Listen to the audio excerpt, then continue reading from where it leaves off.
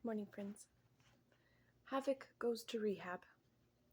Havoc's homeless camp accompanied her to the bus station, and there were teary goodbyes all around. They were happy for her that she was going home, but knew that they would never see her again.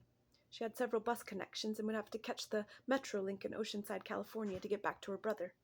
During one of her connections, she found that she had several hours to wait for the next bus, so she went to a bar to drink and pass the time. She had been growing more and more sick over the last month and was not sure what was wrong with her. She had a racking cough and doubled over with pain in her ribs just from breathing. She had gone to an emergency room and was given a bottle of codeine cough syrup, which was keeping the edge off but not fixing the problem. Havoc was in excruciating pain as she downed her beer at the bar. She tried to ignore it and focus on getting to her brother. She went outside to smoke a cigarette and was offered a swig of whiskey by a guy that she met out there. The next thing Havoc knew, she was going in and out of consciousness. Her world would go black. She would come to, only to see blurry images of a semi-truck cab. She was in the passenger seat and could not remember how she got there. Blackness. Blurry windshield. Blackness. She could not stay awake. She saw the blurry image of the driver, who looked like a dirty Santa, long white beard and a stomach that touched the steering wheel. All went dark. Havoc woke up in a hospital bed with tubes and an IV stuck in her. She rang for her nurse and was told that she was lucky to be alive. She had a kidney infection that was spreading to all her organs and would have been dead within 24 hours if she had not been given antibiotics. She would be fine but needed rest. "I've got a bus to catch," Havoc informed the nurse as she pulled herself free of the hospital tubes and IV.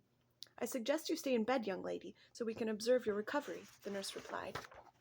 "Please call me a cab, and I need you to pay for it because I have no money," was Havoc's answer. The nurse agreed to have the hospital pay for a cab and left the room. Havoc discharged herself and caught the cab to her connecting bus just as it was boarding. She opened the door, grabbed her bags, and was about to run to the bus when the cab driver blurted out, "Wait, you owe me $8. "The hospital said they would pay the fare," Havoc told him. "Well, they didn't," he said irritably. "I'm sorry, I gotta go, my bus is leaving," she hurriedly told him as she darted out of the cabin toward her bus. He let her go. She made it to the bus. She made it to the Metro link. She made it to her brother. He had been discharged from the hospital and was waiting to be medically discharged from the Marine Corps. He was going to move with his new wife to Chicago to stay with their mom for a while. Now that Havoc knew her brother was safe, she planned to go back to the streets. The people who her mom was staying with had also opened their home to Havoc. They told her that the streets were no place for a young woman and that they could bring her to a place that would help her get back on her feet. Havoc weighed her options. She was almost out of codeine cough syrup and only had 1 pack of cigarettes with no way to buy more. She decided to take her chances at the rehab. She nearly changed her mind when they informed her that she would have to quit smoking and gave her a long list of rules she was expected to follow. She agreed to enter the program after chain-smoking her last pack of cigarettes. She sat on the curb and did just that. The program director took her to a double-wide trailer on some mountain in San Diego so she could kick all her habits and learn the Bible. She was with about 20 other women in similar situations. It was on this mountain that she became a Christian. Her leader had been a prostitute crackhead and had been shot in the stomach while 8 months pregnant out on the streets. She and the baby had survived, and she came to the program to get clean. She became the leader of the women's ranch. She had the most kind and beautiful doe eyes, a chocolate-brown complexion, and a deep, throaty voice. She welcomed Havoc with complete and utter love. She made Havoc want to be a Christian. She still had a long road of recovery ahead of her, but for the first time, Havoc had hope.